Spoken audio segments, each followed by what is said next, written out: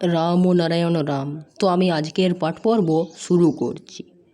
তাহলে সন্তান কর্মীদের এখন কি করা উচিত? 1. বর্ডার গার্ড দিয়ে যাও, মনের বর্ডার, যেন অবিশ্বাসরূপী রাবণ এসে বিশ্বাসরূপী সীতাকে হরণ করে না নিয়ে যায়। 2. তোমরা 80 চাও না 80,000 চাও? যদি এই এক 80-র জীবনে সমস্ত আসা যাওয়ার খেলাকে শেষ করতে চাও, গুরুর নির্দেশ অমান্য করো না। 3. যদি থাকে পুঁজি, মাঝি হবে রাজি। এ মাঝি বড় পাজি, কিছুতেই হবে না রাজি যদি না থাকে পুঁজি। 4. বেহুশভাবে চললে পরে তহবিলের মাল যাবে চুরি, তাই আগে গিয়ে গুরুর কাছে শিখে নাও রে দোকানদারি। 5. সঙ্গ সম্বন্ধে সচেতন থাকবে। 6. ধর্ম যোগ বিয়োগ পূরণ ভাগ ছাড়া নয়।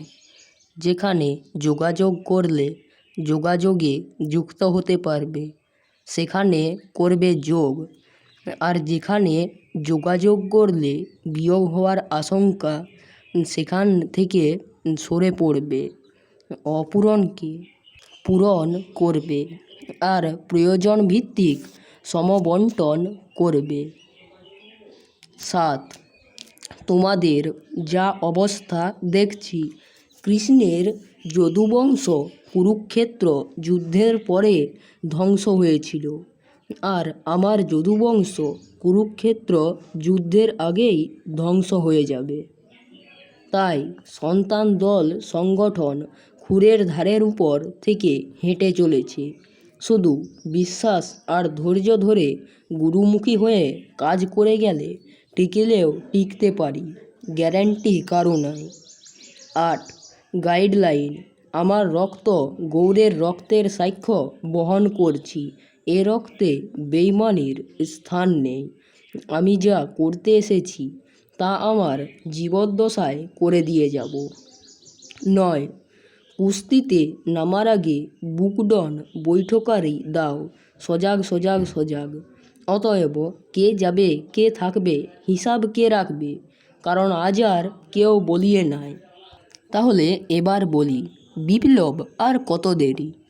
1. একদল অতি বিপ্লবী ঠাকুরের কাছে বিপ্লবের কথা বলেন। বাবা কবে ডাকবেন? আমরা সব তৈরি। ঠাকুর, তোরা সব তৈরি বলছিস বটে, কিন্তু আমার হিসাবে 145 জন তৈরি। আমি আমার কোটা পূর্ণ না হওয়া পর্যন্ত মাঠে নামব না। 2. আমি ক্ষেত্র তৈরি করাই আমার কাজ। সেই ক্ষেত্র তৈরি করতে তোমরা যত দেরি করবে, প্রয়োজনে আমাকে তত দেরি করতে হবে। 3. যেমন তেমন চাইলেই হোল, এই কেমন আবদার? আমি আমার মতন করেই দেব। আমি পাইয়ে দেওয়ার বদলে হারিয়ে দেওয়ার পথও করে দিতে পারি। 4. কৃষ্ণ যে ভুল করেছিল, আমি সেই ভুল করে যেতে রাজি নই। 5. বেদের যুগে যারা থাকবে তারা হবে ন্যায়নিষ্ঠ, সত্যনিষ্ঠ, কর্তব্যনিষ্ঠ। 6. এই আমার প্রথম আশা, এই আমার শেষ আশা। এসেই যখন পড়েছি একেবারে ঢেলে সাজব, নতুন মানুষ, নতুন পৃথিবী, নতুন সমাজ। 7.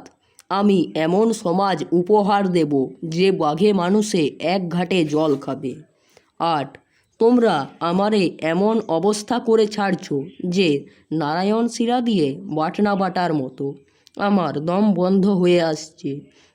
এখান থেকে আমাকে বেরুতেই হবে। এই সুখচরের প্রতিটি ইট বিষাক্ত করে তুলেছ। 9. বসুন্ধরা মা রজস্বলা হয়েছে দীর্ঘদিন ধরে, তাই পুরুষ সত্তাকে আবাহন করছিল।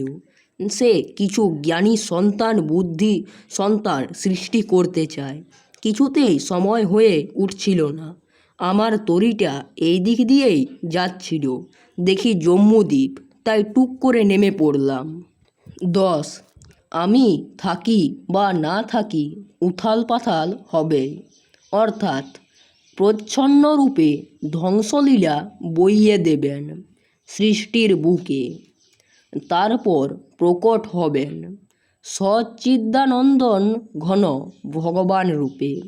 তাই কে থাকলো কে থাকলো না তাতে তার কিছু যায় আসে না, বলেই রেখেছেন ছাঁকনির পর ছাঁকনি, ছাঁকনির পর ছাঁকনি দেব, যে কটা থাকবে আঙুলে গোনা যাবে। আমার 100 কোটির দরকার নাই, 10, 15, 20টা খাঁটি সন্তান এনে দাও। আমার এক মুহূর্ত সমান 17 বছর।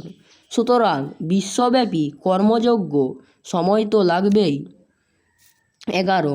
আমি প্রকৃতিকে দিয়েই 10 আনা 6 আনা করে ছাড়ব, কিন্তু হিসাবে দেখি 1 আনাও থাকে না। ভক্ত বাবা, সংখ্যাটি একটু বাড়ানো যায় না? ঠাকুর, তাহলে তো কাম দেরি হয়ে যাবে রে। 12।